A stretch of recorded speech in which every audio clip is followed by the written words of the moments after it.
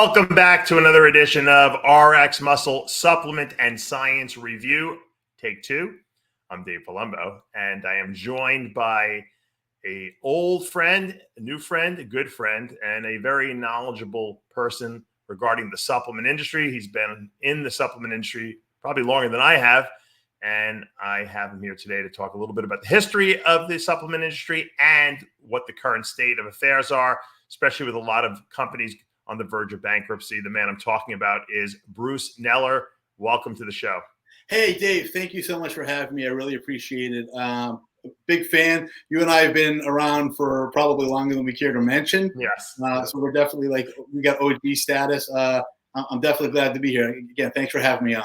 Yeah, and this is take two because we already started this. So Yeah. I already know the questions I want to ask you because I asked them before, but it didn't record. So, Bruce, going back in time, okay, because I think a lot of people need a historical perspective on where the supplement industry came from. And you and I can tell them that because we kind of were around in the very beginning, especially when I call it the modern age of supplementation, because like the Joe Weider type of, what's his name?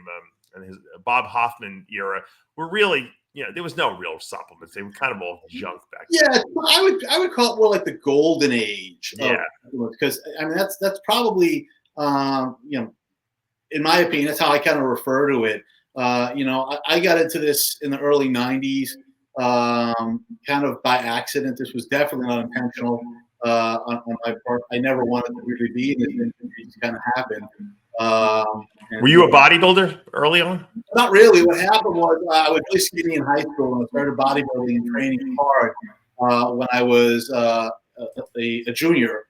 And I put on a lot of size and mass. And I just read every single magazine, probably like you, that I could. Mm-hmm. And I came across a guy that seemed to have a lot of knowledge named Dan Duchaine, right? Who at the time was in his last federal prison bid. And right. I actually wrote to him. I looked him up where he was. I wrote to him. I said, hey, can I help you in any way? Do you need me to do any research? What would you say? I'd send him some stuff. And you sent him stuff that you had written? Yeah, stuff that I written. Hey, are you aware of this? Like he'd write something in his column, The Rant, in Bankruptcy 2000, which was a huge magazine, one of the big magazines back in that time period. And maybe what he wrote wasn't quite up to date. So I'd print out, the newer stuff. Interesting. So you were actually correcting him. No one probably ever did that. Nobody corrects Dan, but I was pointing out that maybe next time you might want to mention things from a different perspective. And I was very, very surprised, pleasantly so, that he wrote me back. And we started up this dialogue. Do you remember what the first thing you pointed out to him was that might have been like a little inaccurate? We were talking about these old school compounds. One was called iproflavone and another one was called Chrysin. You must remember those, right? You know what the funny thing is? They're trying to resell them again now as though they're like some anabolic steroid from. Wow. Hey, listen, man, you know how it is. Everything's cyclical. They just wait for like the people to like sort of wash out. You get a new group of gullible people just kind of crap to. So yeah, we were talking about that, and I actually found some. I don't know exactly where. I'm going to say Hungarian, but I'm not sure. It was a 90s study about iproflavone being anabolic in postmenopausal women, like boron, right? So it must work in like guys who are like 18 and have maximal endogenous testosterone levels too. We never nobody knew anything about science then. Nobody knew anything about the Shea. But you wrote back. We went back and forth for a while. Long story short, he got me into Muscle Media 2000. Bill, Sean, and TC at the time started a column for me called Chemical Corner, which was not what I wanted to call it, but hey, I was just a kid. I was like thrilled that they were. How old were you? You guys got to pay me $500 to write a column every month? How old were you? My mid or early 20s. Wow. I was thrilled, man. I mean, wow! And people are gonna like read this nationally. Oh my! When you were in this, when you were writing for them in the 90s, when you were pulling research, were you having to go to the library and do stuff like that? So I would go into there was no internet. People don't even understand. There was no you couldn't just Google it, No, so I would go into like Boston University Medical Center, okay, or one of the big because Boston has like legendary medical centers, okay. I would get into the library and I would just pull research and I just pay to print it down. And they had everything that was PubMed index. It was easy to do. At the very least, I could get an abstract, even if I couldn't get the full journal article, which in those days was a huge deal, right?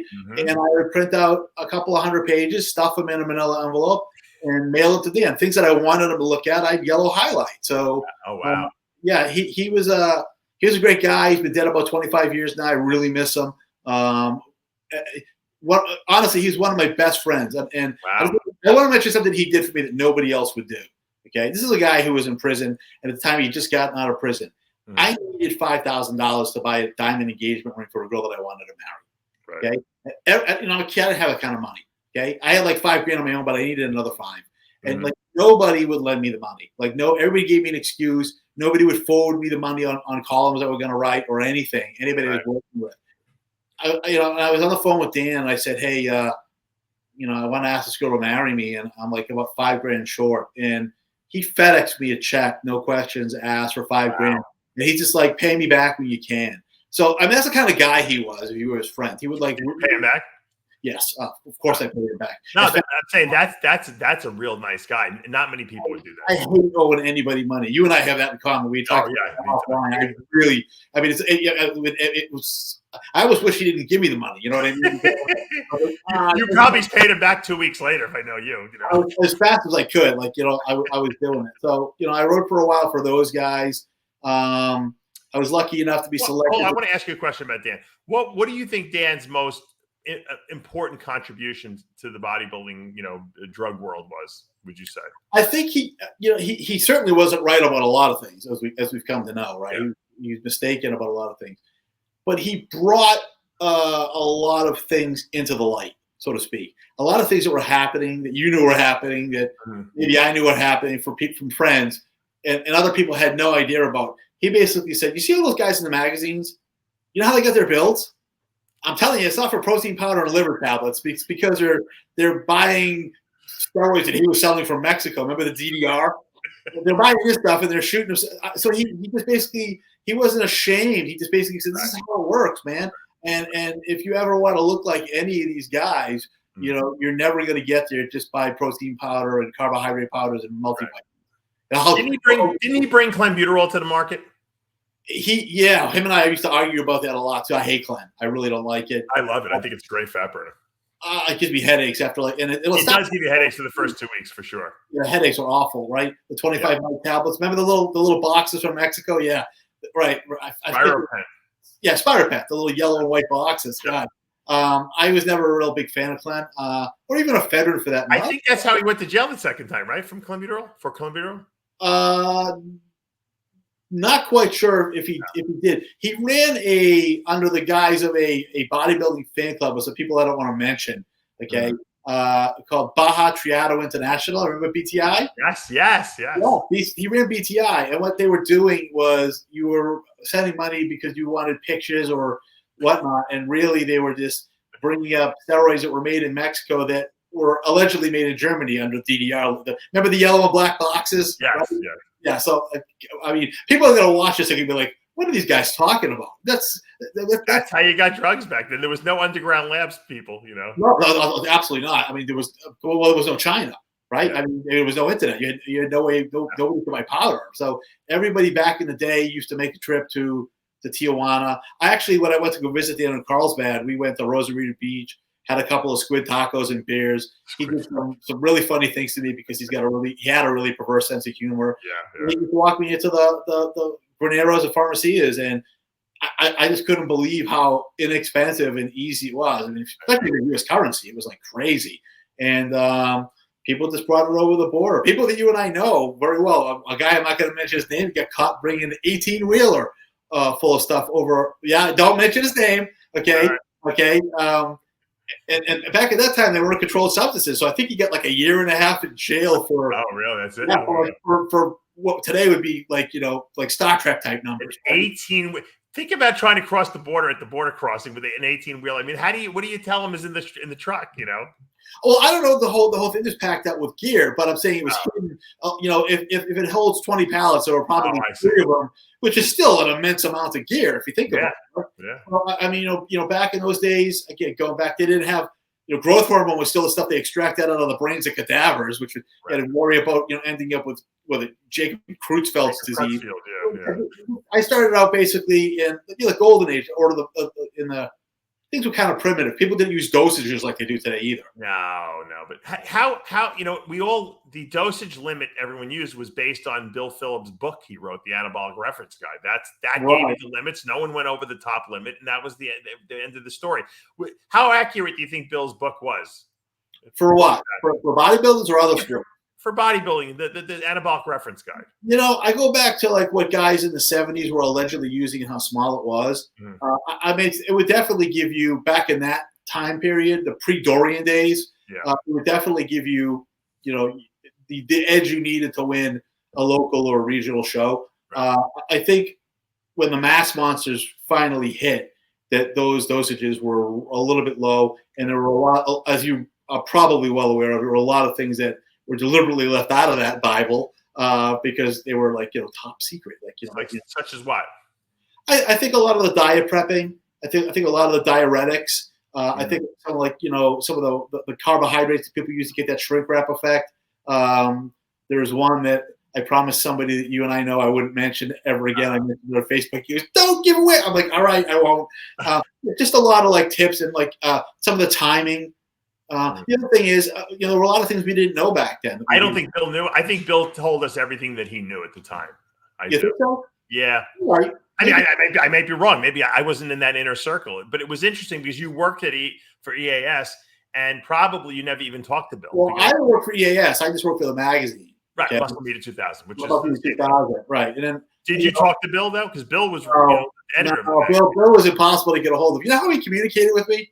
How? By fax. Are you serious? Yeah, he would send me faxes. I'm like, pick up the fucking phone, dude. I mean, I'm not gonna bite you. Was he like a little antisocial back then?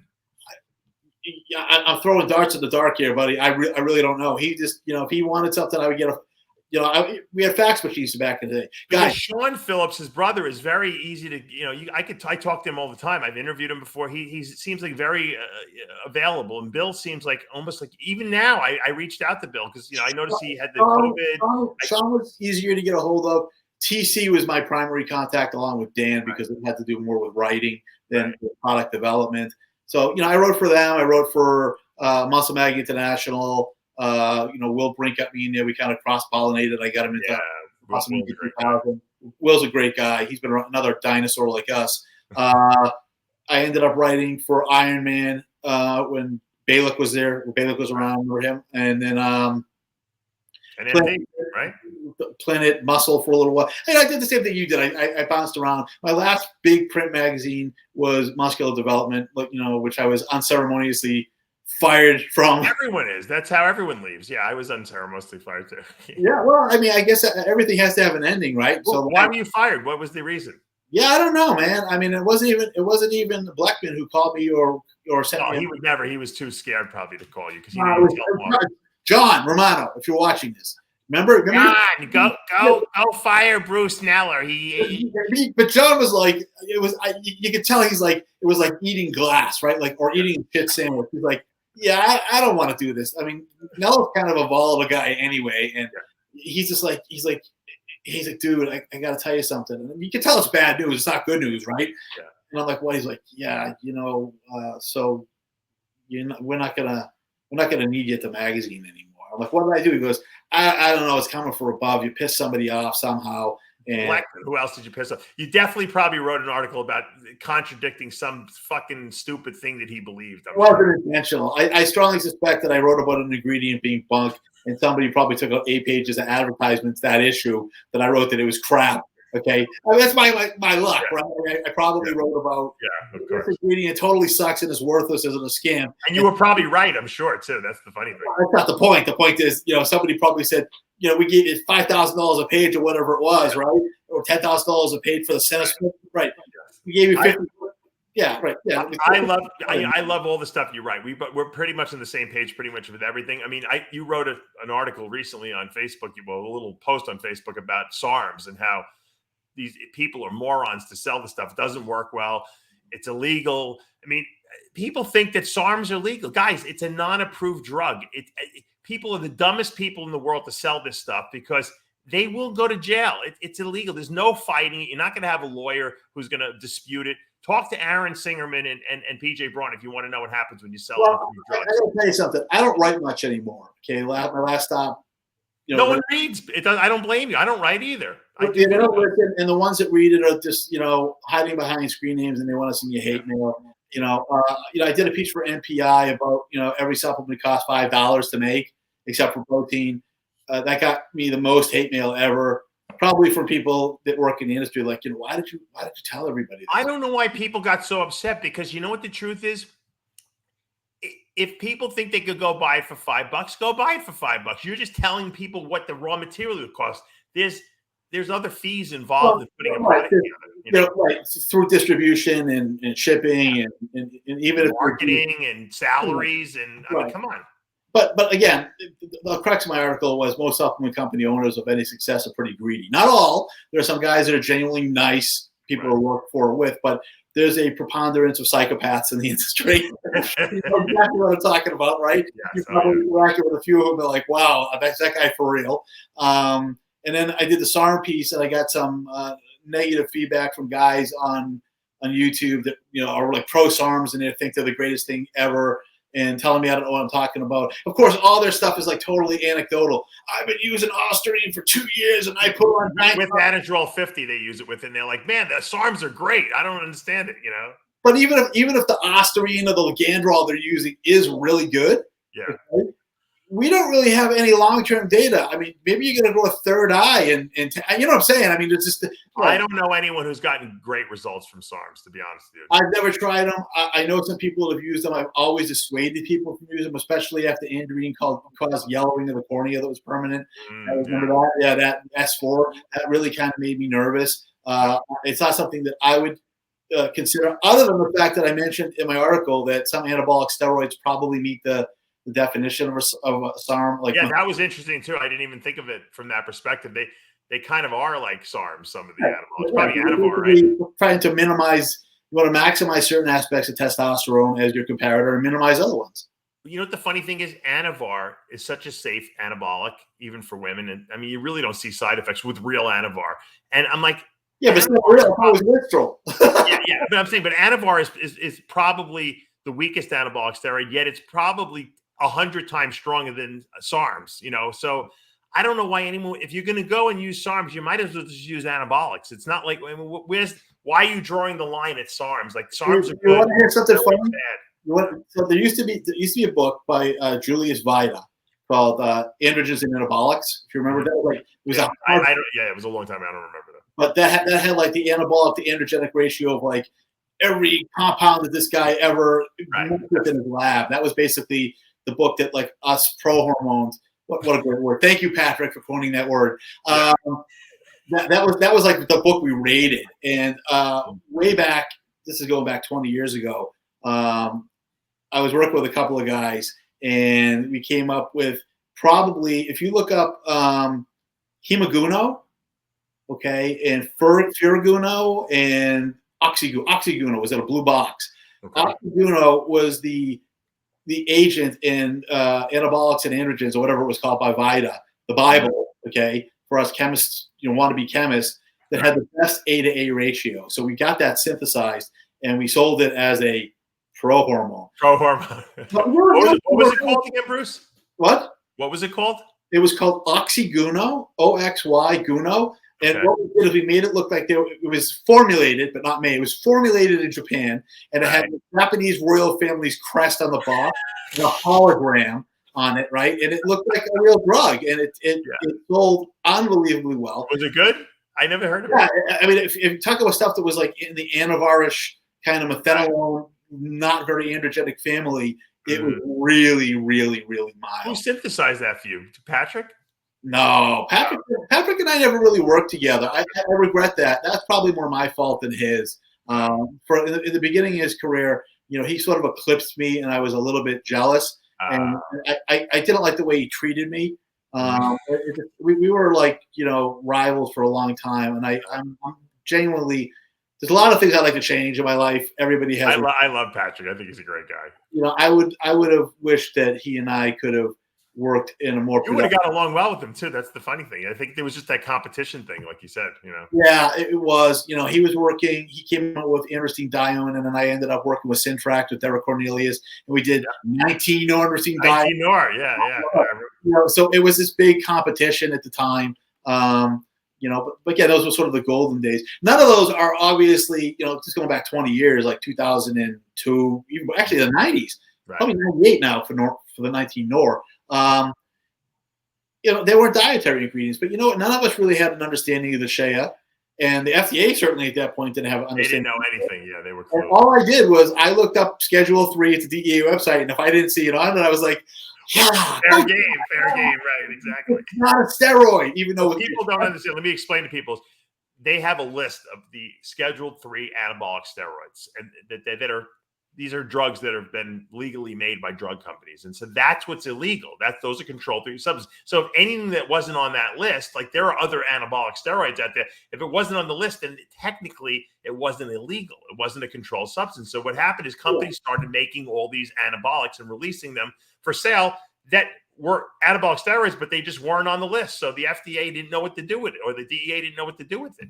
Right. That's exactly. And what was funny was that's changed obviously under DAPA.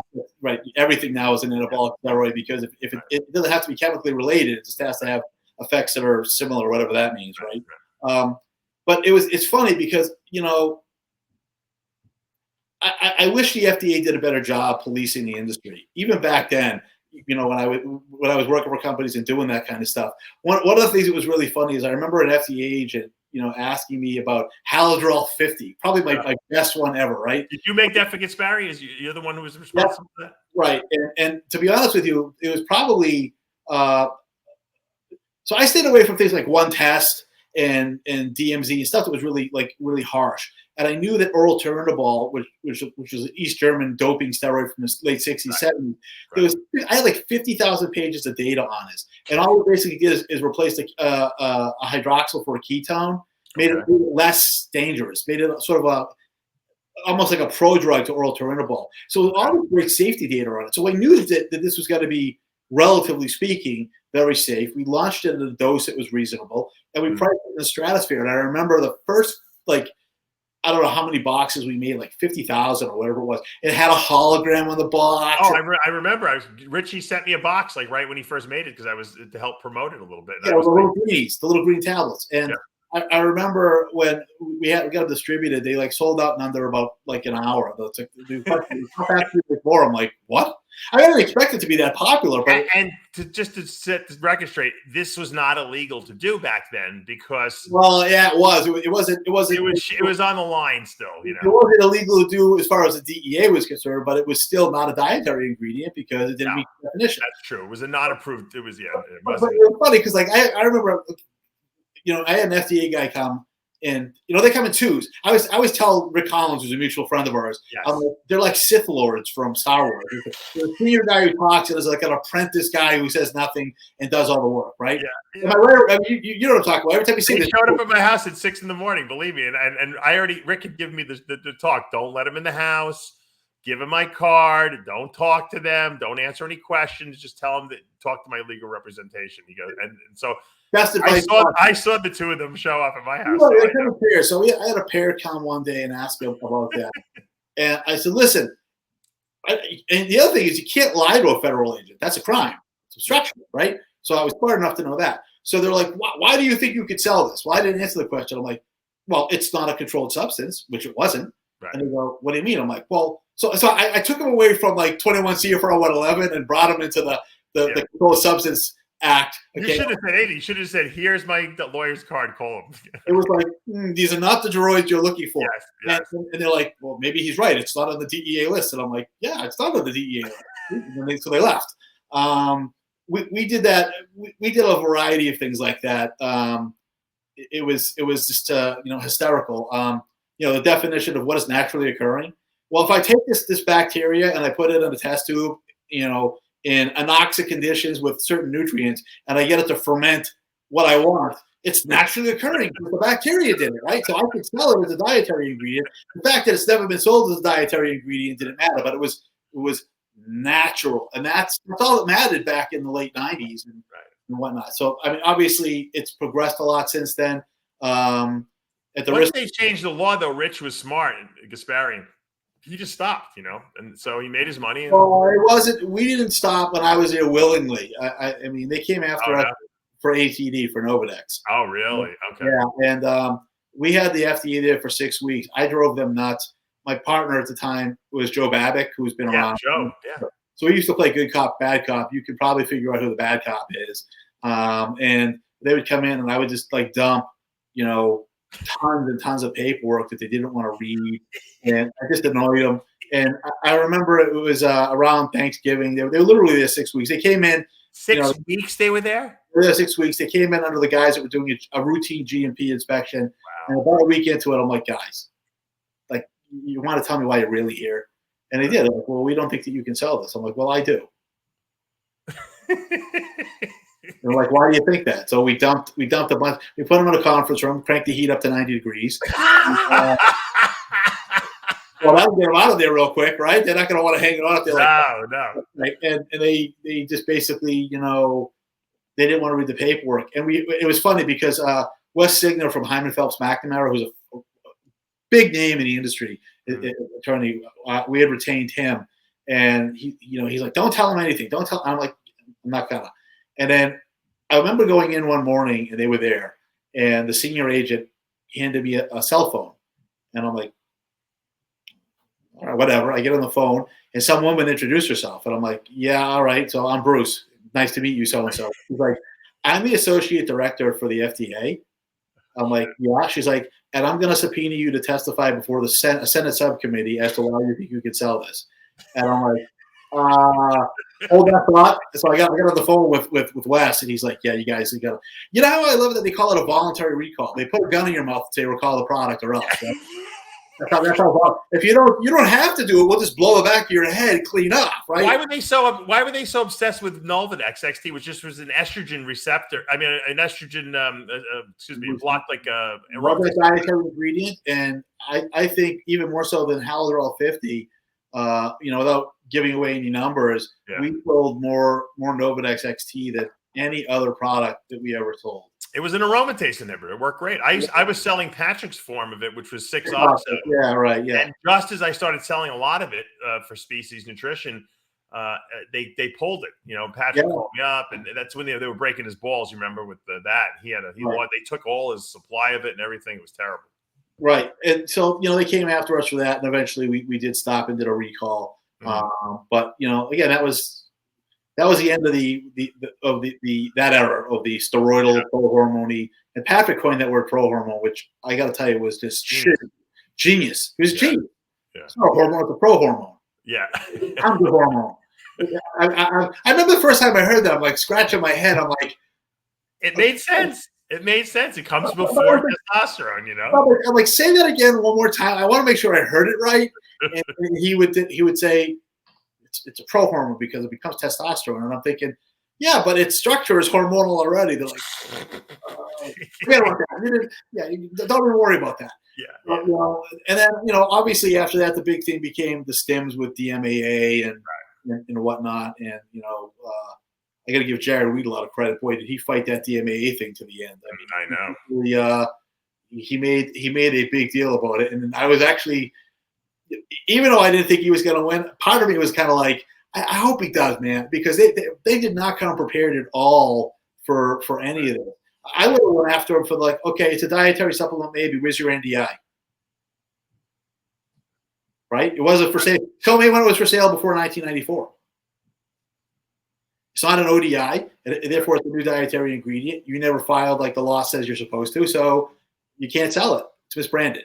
They totally ignored that whole aspect. Yeah. Well, explain to the people watching what you're saying, because I think this is an important point. So the law, and thus the FDA, kind of clarifies or classifies dietary ingredients in a variety of ways. And one of the ways they do it are things that's called ODIs, or old dietary ingredients. And they deliberately don't keep a master list of this, by the way. And more or less, is if you could show that it was sold for something that was kind of like a nutritional / dietary supplement before October 15th, 1994 in the United States, then you can sell it. It's grandfathered in irrespective of anything really, short of it being, an actual, prescription drug.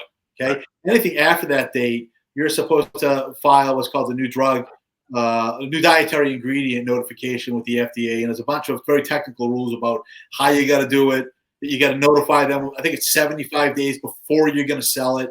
Okay. That's one way of doing it. The other way of doing it is you can say it's actually a food additive and go the generally regarded as safe, the GRAS route, and do it that way. But if you don't do anything and it's brand new, it's adulterated, it's misbranded. And there's a lot of stuff on the market now.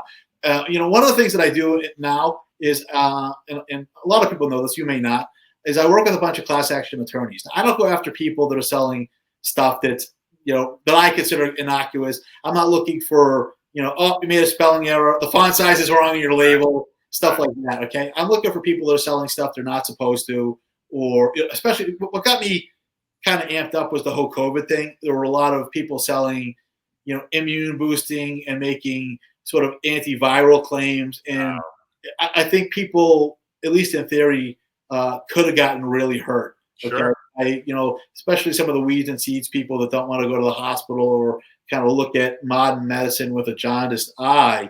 Mm-hmm. Well, this stuff's all natural. It probably works, when there's no evidence that it does. And a lot of these people made, stupid money doing that. So yeah, I mean, I'm picky and choosy. I'm not an attorney. I usually get called to be like the expert witness on the science side of things, or to just, deconstruct their argument from a science and not a legal standpoint.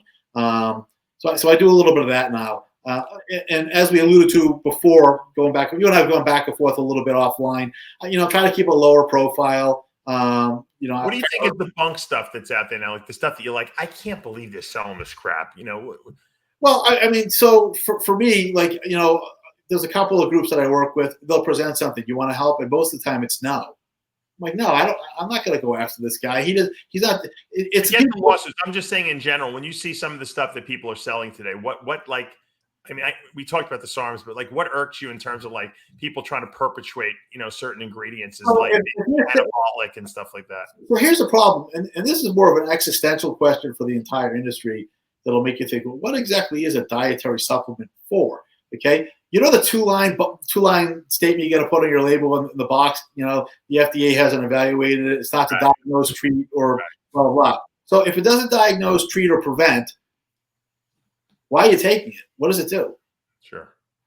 Well, think about that for a minute, because it really is a question. Okay, think of any substance that's a dietary supplement or dietary ingredient.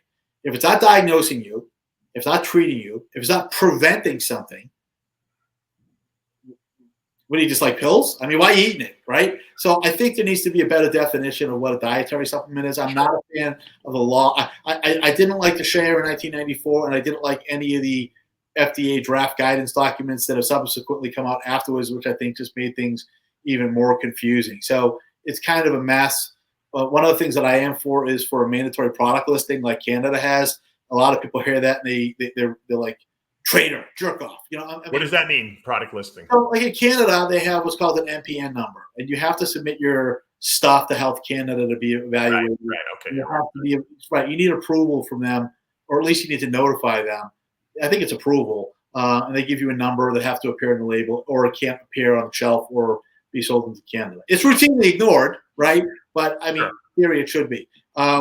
And the issue, the pushback that I get back from, they're not regulators anymore, they're lobbyists. From lobbyists is FDA has a hard enough time enforcing the laws in the book. We don't want to give them any more stuff to do.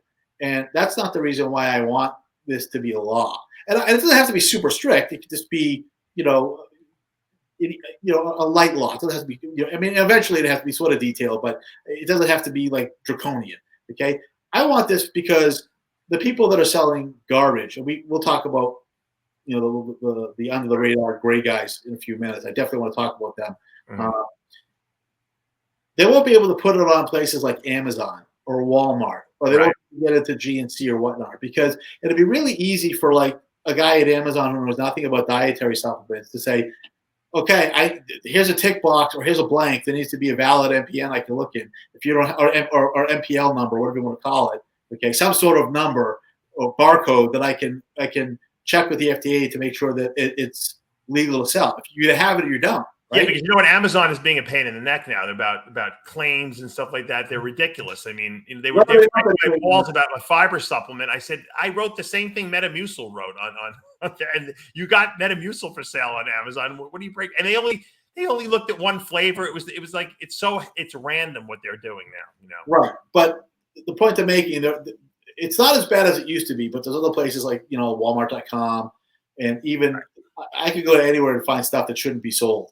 Okay. And if the minimum requirement is I need some identifier, whether it's a number, barcode, QR code issued from FDA that allows me to sell this. and they Right. Amazon doesn't have to do anything. They don't have to go vet your claims. They have to say, well, you either have this number or you don't. If you have this number, you can write everything that's in your file with that. So what it'll do is it would definitely limit the ability for sketchy people who are doing things the right way, in other words, are not going to have a problem with this. It's the people who are doing things the underhanded way that are never going to be able to get these numbers.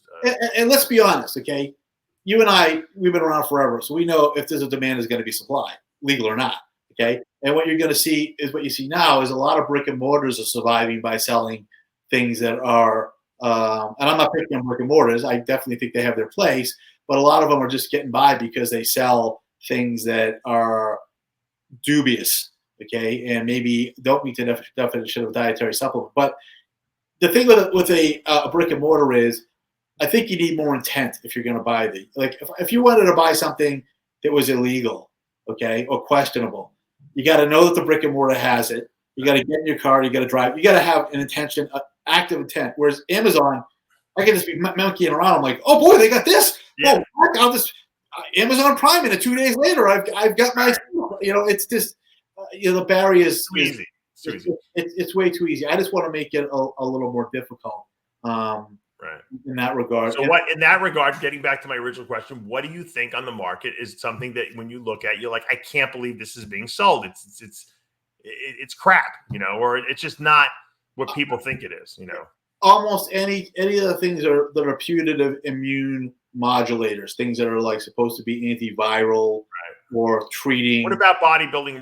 Because I think this is a bodybuilding show, right? So what about like anything anabolic that out there that people are portraying as anabolic that you I think that Laxogen is banned now, but Laxogen kind of right? I mean, I don't know why. A lot of people are using them. I criticize them. People jump all over me when I say they're crap, But it's funny, right? It's like the FDA has so many things that they could pick from that were like bigger, better targets. Like, hey, let's go after Laxogen. Yeah, that's an important one because 8 people in America use it, right? I think that some of the, ecdysterone, the bug hormones, or you're rolling your eyes. So we feel the same way, right? I mean, I want you to say it because I already have said it, and then some people get upset when I say it. As we said offline, this is like a, kind of like people who sell it don't like when I say it. That's the problem. Of course not. This is kind of karmic. Everything goes around. I mentioned to you, I've got a great keto supplement that I want to file a patent for. The keto's out now. But if I wait long enough, what's going to happen? Another 2 years. Style again, yeah. I mean, how many times have you seen keto come and go, right? From Atkins on forward, okay? So, I mean, things come and go in predictable cycles. I mean, I've been around long enough to see, and we should definitely start talking about this, companies go bankrupt multiple times. Let me ask you that question. Why are we seeing bankruptcy of big companies now? Are they overspending? I think the executives / equity holders are pulling out way too much money for personal use. Okay. And they're killing the company. Now you're rolling your eyes, but tell me I'm wrong. Okay. We can call it like it is. I mean, we saw what's happening with Redcon right now. So, I mean, look, so I want to make a preface. I don't really know Aaron. I've talked to him twice in my life. I did, and I got to say this, and I'm a little unhappy. I did send him a letter when he went inside saying, listen, I don't want anything from you, but you're going to need friends. Okay. Right. And when I went in, people wrote to me. Okay. So if you write back to me, I'll be more than happy just to correspond as a friend. I'm not looking for you to do anything. So maybe he didn't get the mail. I don't know. I don't really know anybody there. I don't know Eric. I don't know his wife. I know Jay Manfrey, who's a really nice guy when he was with Rick Collins. Yeah, I don't think the guys in there now were spending a lot. I think Aaron used to spend a lot, and I think what happens. Initially it works when you throw a lot of money out there. I think at some point, then people get bored. Of supplements. That it goes. The Yeah. hype is gone, the hype train, and now you have to have you been spending too much money, and now can you generate enough from sales? I think that's where it comes down to. So I think you're going to see.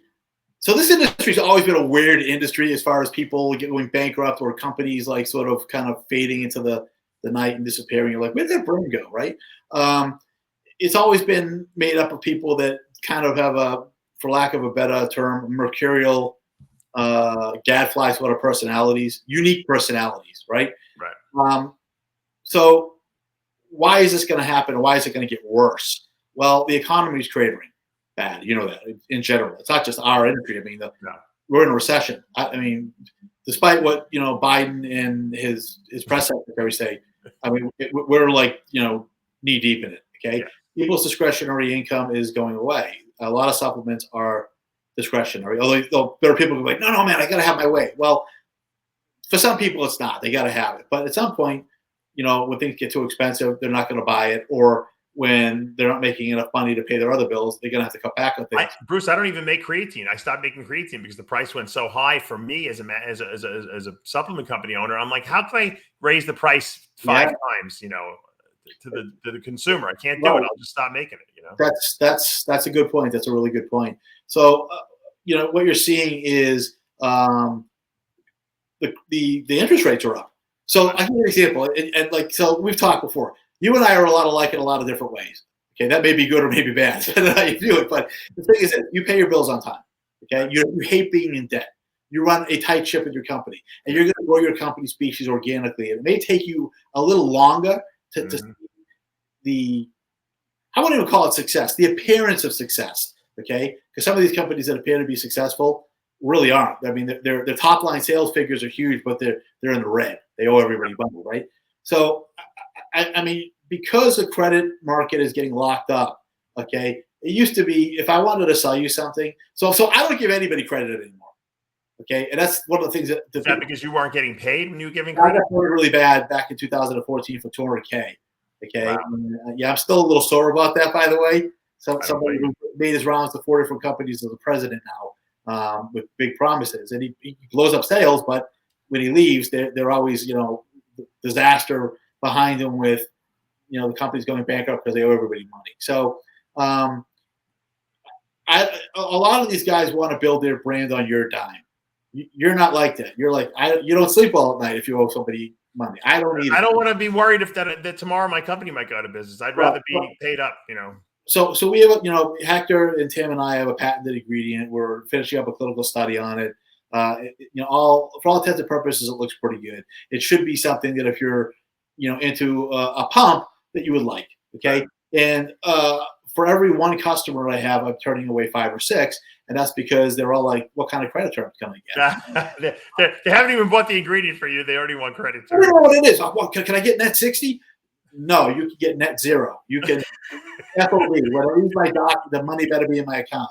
And once bitten, twice shy. I don't want to go down that road again where, I need to remortgage my house because a company that bought, $500,000 of an ingredient is late and I got to pay it, or else I become them, right? I become the guy that doesn't pay. Right. So when credit was cheap, when I was for the last decade, the rates were close to 0, effectively 0. Yeah. A lot of material suppliers, especially on the Chinese side, could afford to build that into the cost of doing good. So what they would do is they'd add in like an extra 4 or 5 points to the cost of their product, knowing that they had to float you for 2 months or 45 days or 30 days. So if it really was going to be a $10 product, maybe they would charge you $10.50. That 50 cents was to pay off the finance charge. Gotcha. What are the rates now? They've gone up what? Right. So a $10 product is now more of a $13 or a $14 product, and banks are tightening up the requirements. So if they run a D&B report on your business and there's all kinds of charge-offs on there, you're uninsurable. You can't get AR insurance for them anymore. You can't do that. The other thing is, do you know anybody that's even willing to factor invoices anymore? That it used to be that you could lay off the. I don't want to sound like the mafia, but kind of like the mafia does. Okay, you owe me money, you're not paying, I'm going to sell your debt to somebody else. Yeah. Fuck you, pay me. Yeah, exactly. Right. And somebody shows up at your house with a baseball bat and smashes your knees. No.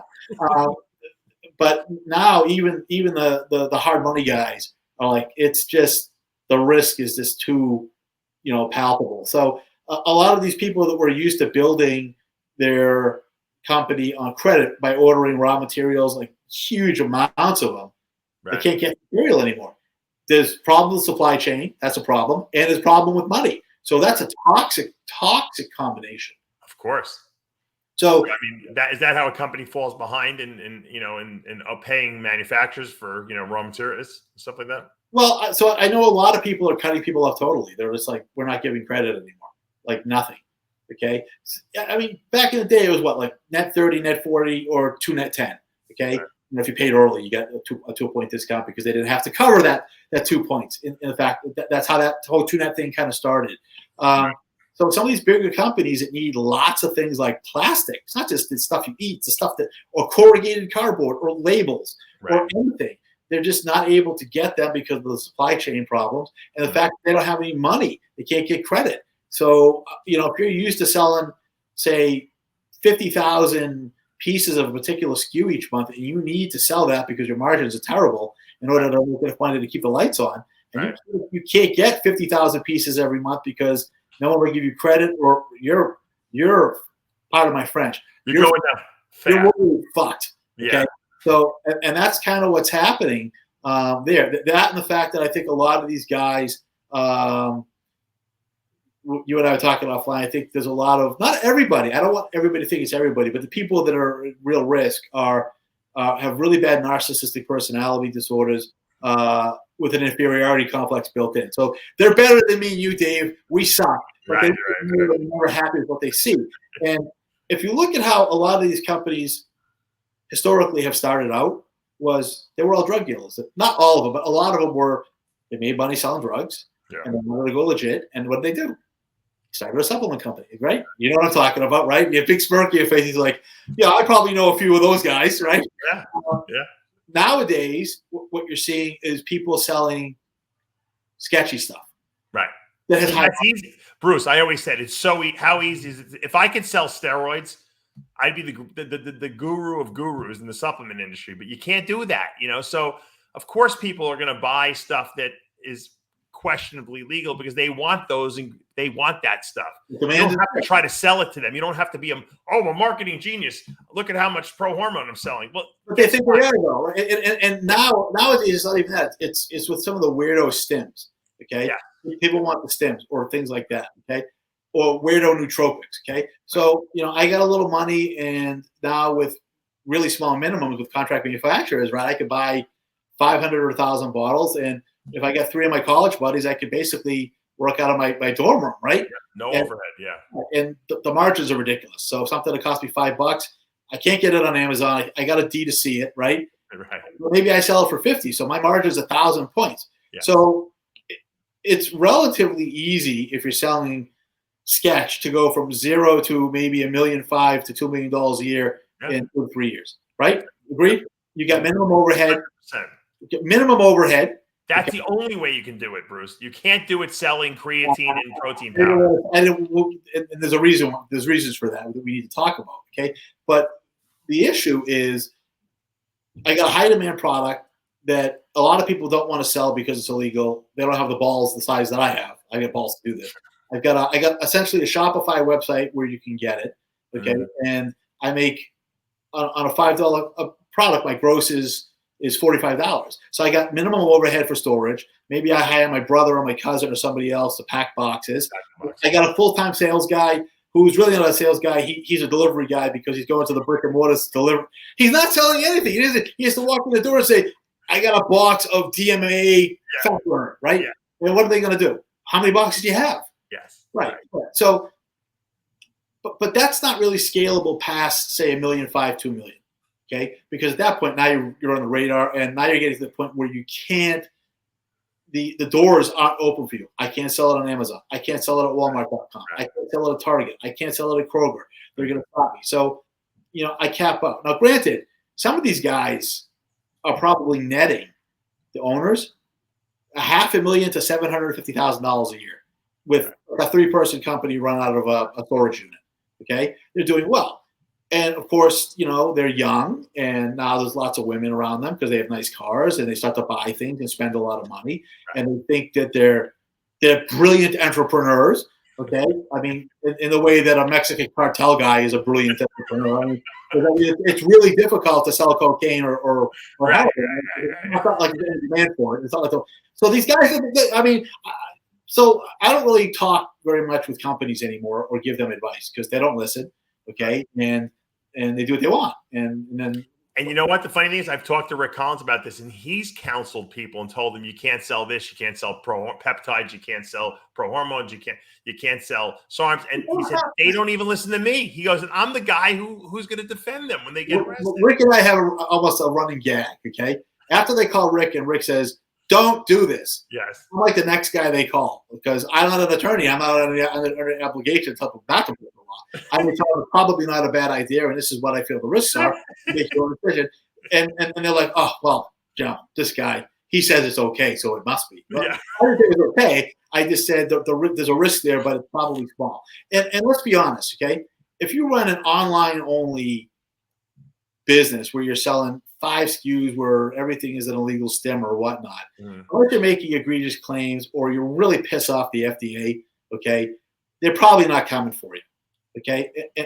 They're not. Or someone has something happen to them and they call the FDA on you, and then yeah, someone has a serious adverse event and ends up in the hospital, a hypertensive crisis, and has parents because it's the kid's 14 years old, Yeah, okay, but until that happens, or if that happens, you're generally safe. It's a whack-a-mole game. And part of the reason for that is, and I got to give Rick credit for this because Rick kind of like explained it to me, is there's only so many FDA OCI agents, right? Okay, and this may not be a priority for them. And even if it is a priority for them, okay, they don't prosecute you. They have Bruce, to bring. If you and I opened up a Sarms company, okay, today, by next week we would both be in jail. Oh, absolutely. We might not even get paid for the first. Dave, we don't even have to do it. We just have to talk about doing conspiracy. These guys are conspiring, and there are 2 of them. Knocks on our door the next day. Yeah, and it's 2 guys with priors, so now it's a RICO charge, right? It's just right. But somebody who's 25 years old, right. They're going to go under the radar probably. Yeah, they can fly under the radar, but they end up thinking that they're like, they have really big dicks, right? They're like, hey, I'm handsome and all the girls love me. No, they love your wallet, but whatever. Okay, maybe he's got a half decent build, but he's never going to make it as a bodybuilder or what. You know the type I'm talking about. I know exactly. They're arrogant. They definitely are completely. They don't know what they don't know, kind of a thing, right? Mm-hmm. That guy eventually realizes that I can't seem to get past the $1.5 million, $2 million mark. I need to sell protein, creatine, BCAAs, and all that stuff. Right. Not realizing that he's stepping into, shall we say, shark-infested waters. Yep. So this is where I talk to a lot of people and try to tell them, don't do anything. Take your $1 million and ladder bonds, okay, or buy a real business. Don't go because you can't compete with Glambia. You can't compete with Premier. Okay, you can't compete with any. Why would I? Why would I want to buy your protein? New little guy who I've never heard of when I've been buying Optimum Gold Standard for the last 15 years. Well, I tell people that all the time. They do consultations with me and they want to start their own company. I say the reason I can sell the highest grade whey isolate, it's also one of the most expensive ones, my isolized protein, is because I am selling it to them and I'm educating people on a platform that has 300,000 subscribers. So that's why I can sell it. Why are they going to buy your protein, which even if you wanted to come out with one as good as mine, you'll never be able to sell it over mine because you can't sell it cheaper than me. So why are they going to buy yours? Exactly. And the other thing is this, okay? If I've been buying Dymatize for 10 years and it's been reliable, maybe there are proteins that taste better, maybe the proteins are higher quality, but it's done the job. And it's always there. How do you convert me? Right. Unless like there's a scandal that comes out with like the protein spiking a lot, some of these companies lost a lot. We got a lot of business from that during that time. But I mean, by and far, people are creatures of habit pretty much. And so, and especially in today's market, because there's a lot of bullshit stuff out there, people will go to companies that have been around a long time and people that are reliable and they know that the quality is good. And they'll spend a little more money now, whereas 10 years ago, they would just go with the cheapest stuff. Now people know better. They're a little more educated. And that's why my company has gotten better, over the years. This is where the bankruptcies are going to come in. So you get these guys who don't realize that I'm a new guy. Yeah. I want to give people a reason to buy my BCA powder, my creatine, my pro, whatever. Okay. Yeah. My commoditized product that anybody can and is selling. Right. So I go from a market where I'm selling sketch, where there's not that many people that want to do it, and it's high margin, even if it's illegal, to a legal market that's low margin that I can compete with like real companies, with people that aren't like supplement tinkerers. That these are people that are like skilled businessmen, right? That have graduate degrees from good universities and 20 years in the food and consumer product good market. Okay, they get into it, and the only way that I can convert you is I got to put it in your mouth. I got to get you to try it. So now I got to spend a whole lot of money on samples, and I got to advertise it. I got to buy influencers, and now that big margin that I had, where I was able to take $100,000 a month out of the company, and I don't realize this. Okay, so I'm trying to make as much as I can on credit. Okay, one of the things that you need a warehouse too, Bruce, to stock all that protein that you and got. All the infrastructure, you can't put it in your garage anymore, and the infrastructure to get it in and out. Okay, now you got to deal with Amazon, and then as you alluded to, not exactly the most user-friendly group of people from the vendor side. Am I correct? No, it's terrible. They treat their vendors really well. We all need to use it because it's a good way to sell. But if you're just starting out, it could definitely make or break you. Right. It's not a really easy. You got to hire someone who's an Amazon expert now to do. Now you got another employee basically working for you. Right, and things like that. And then other companies that are bigger brick and mortars that have multiple sites and also websites, they want terms. Right. And then they nickel and dime you like, okay, this one was dented, it got returned. And then Bruce, you have to be careful that the person you're selling to is not selling on Amazon too, because then it becomes price wars on Amazon. So you got to be careful with that. So you got to police it now too. Right. So what I think is going to happen is a lot of these companies that maybe had big sale numbers that were actually in the red, that were not profitable, but their top line sales might be huge, but they're, how much. So a former partner of mine, Pete Youngsberger, he owns Giant now. Okay, told me something, probably the best piece of advice in business that I've ever heard. It's not how much you bring in, it's how much you get to keep in your pocket at the end of the day. If I bring in $50 million in sales, but I have to take money out of my wallet to pay for the electric bill, did I do well? Probably not. Okay, that's what's going to happen now. And as these credit, you just have a big freaking headache on your hand. That's all you got, Right. But just to show you how this is going to contaminate things. Okay, if I'm a contract manufacturer and I was making stuff for some of these idiots, these people, and again, not everybody is, but there's enough we know about. Well, the ones that go bankrupt are, for the most part. Okay. And the company that this happened to, I'm not going to mention any names, but you definitely know who they are. Mm-hmm. They got in the hole about $3 million with a contract manufacturer. They approached the contract manufacturer and said, "We can't pay. We can't pay you the $3 million. You can sue us. We'll just go bankrupt. You'll get nothing."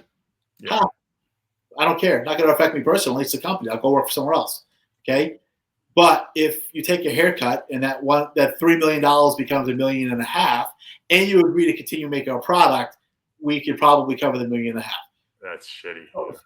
But it happens. So what happens to the contract manufacturer? Now he's basically taking on, he's got to write off that bad debt. He's now, maybe he was barely profitable or a little bit profitable. Now he's in the hole a lot. And you see how it's like 6 degrees of separation. So it starts with the brand label. And before you know it, I have a manufacturer that I use in Long Island that I'm not going to mention who they are, but they only do COD. We only have 1 or 2 products made with them, but they only do COD now because they got burned by some companies that you know very well.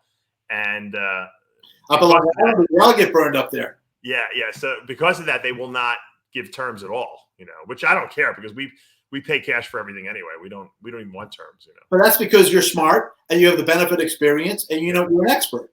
Okay.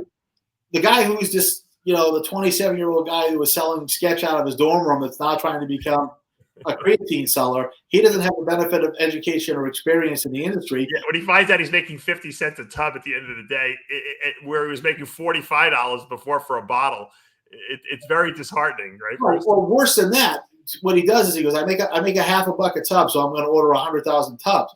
And where he might have gotten that on credit before, the contract manufacturer says, pump your brakes. Let's make that like maybe a tenth of that or give you nothing. So now he's got nothing to sell. So now he doesn't even have the cash coming in. Now he doesn't have cash flow.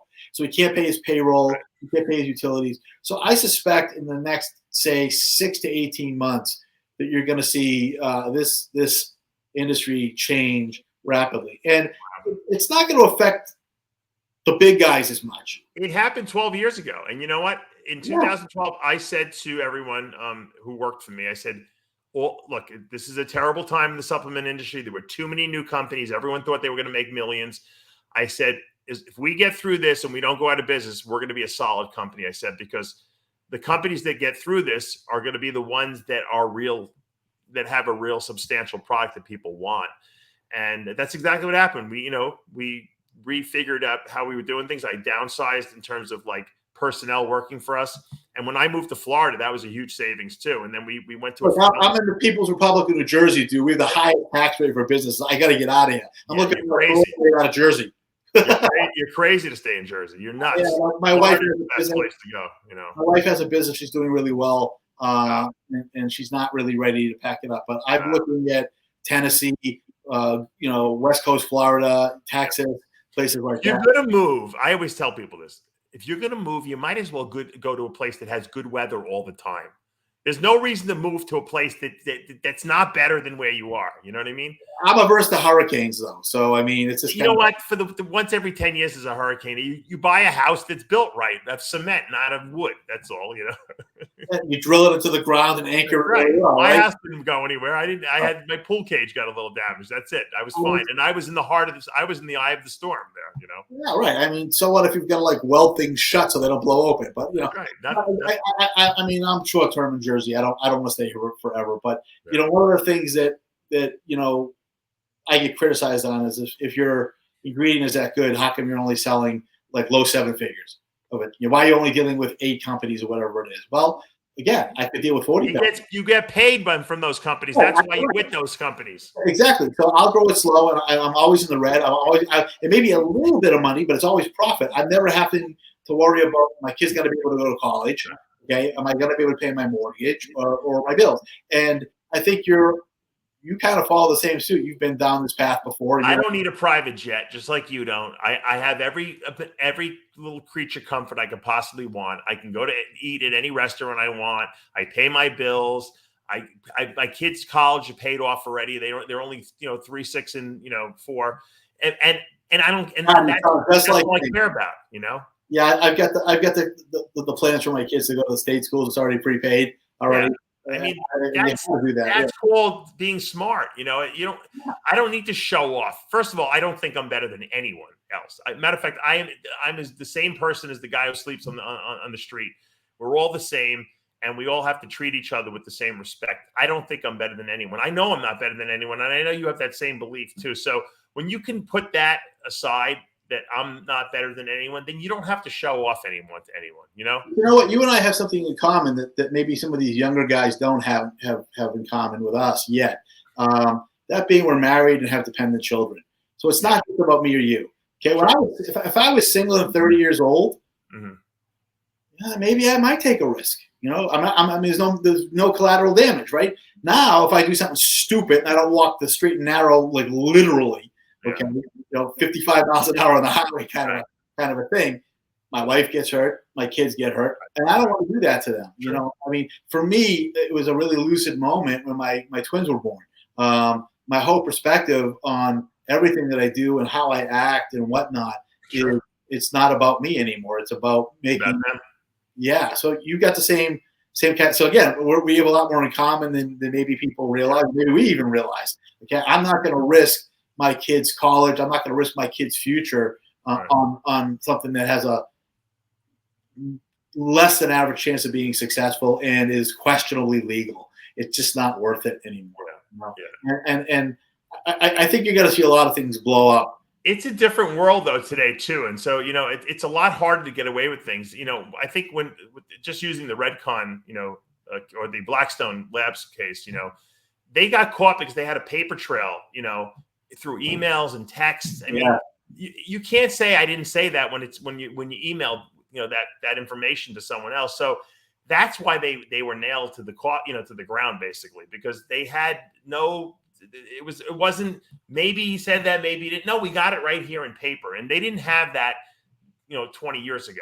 And so it's very hard to commit crimes today, And I'm going to stick up for him here. And I'm probably going to catch a lot of garbage because I know that a lot of people don't like Aaron.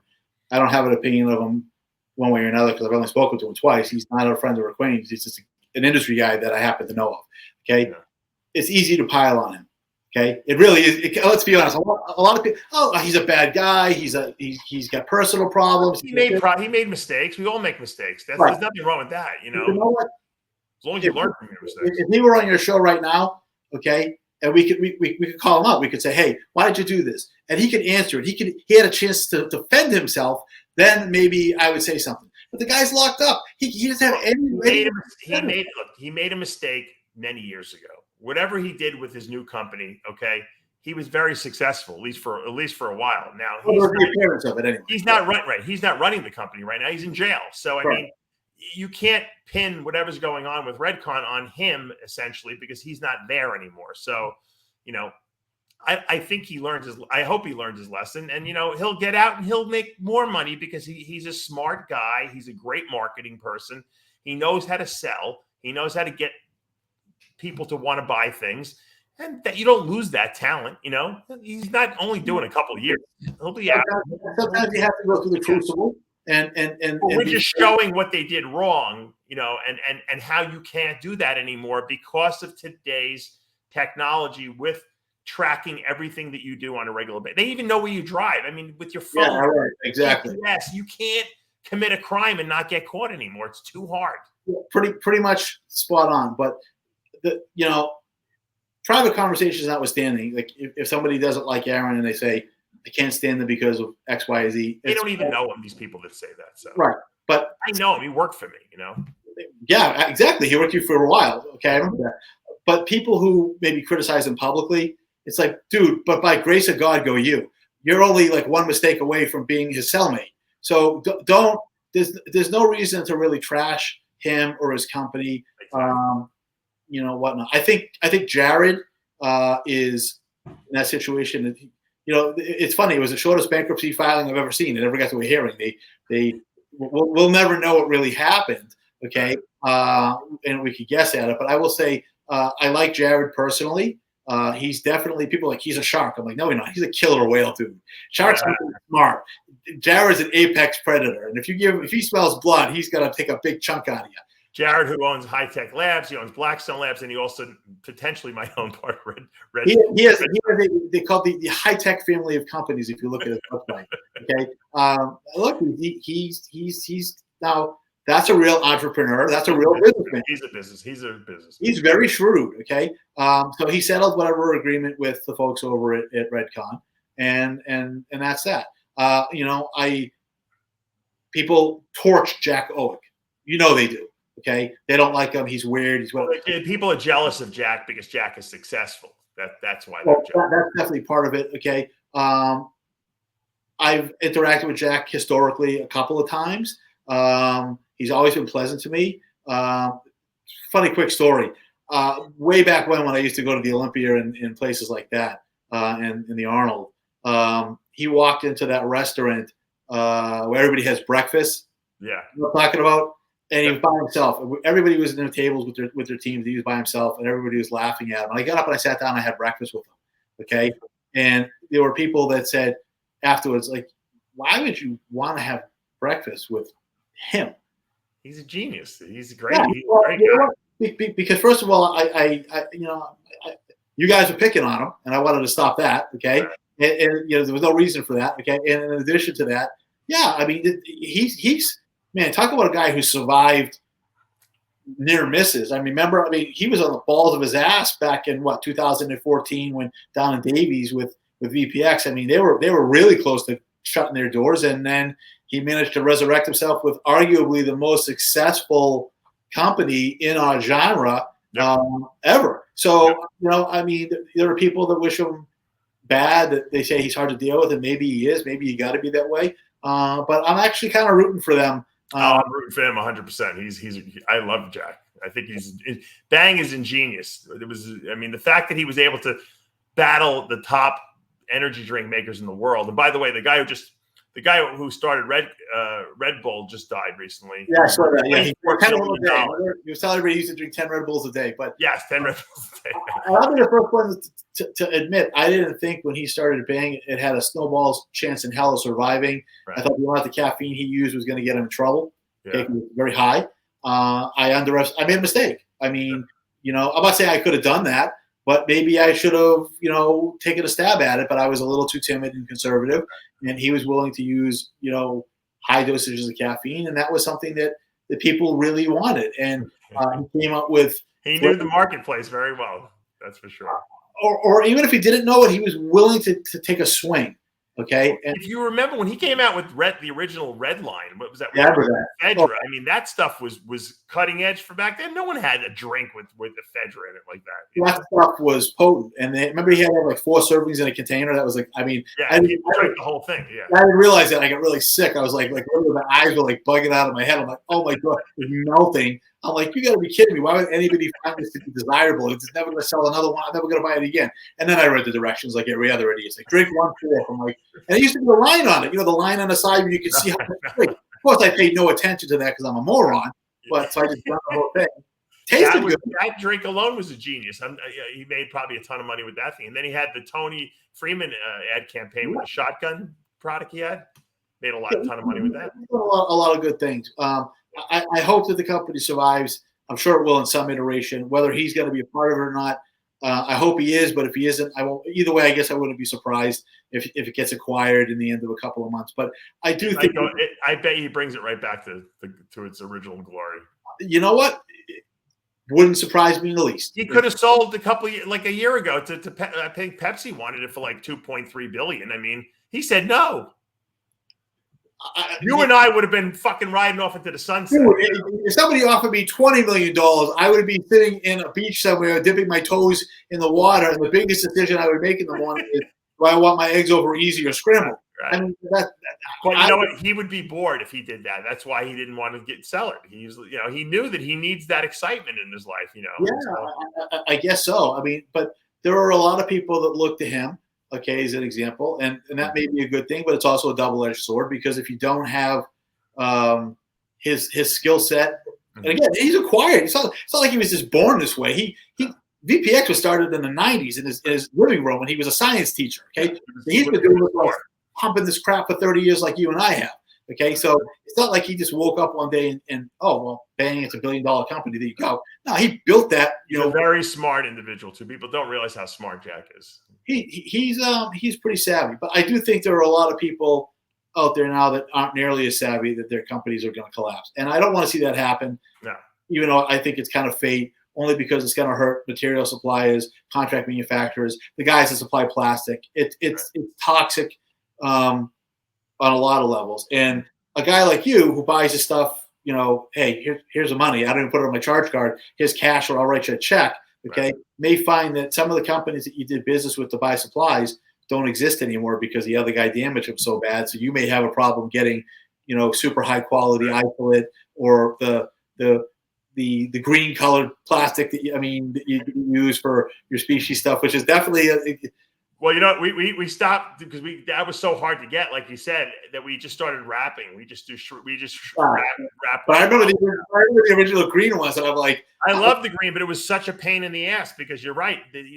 I was the only one using it, and then I think Muscle Farm kind of copied us a little bit, but they started shrink wrapping, and that's where I got the idea. Actually, I'm like, well, if they're going to shrink wrap, I'll shrink wrap. It's a lot cheaper, Yeah, but I remember that you first did the green stuff. I'm like, I loved it. I had mixed emotions about it. I'm like, he's definitely going to get noticed on the shelf instantly. Yeah. It's the question of, I'm like, green and protein, I don't know. But you know what? Like you said, Muscle Farm came with that. Remember the original neon stuff that they did?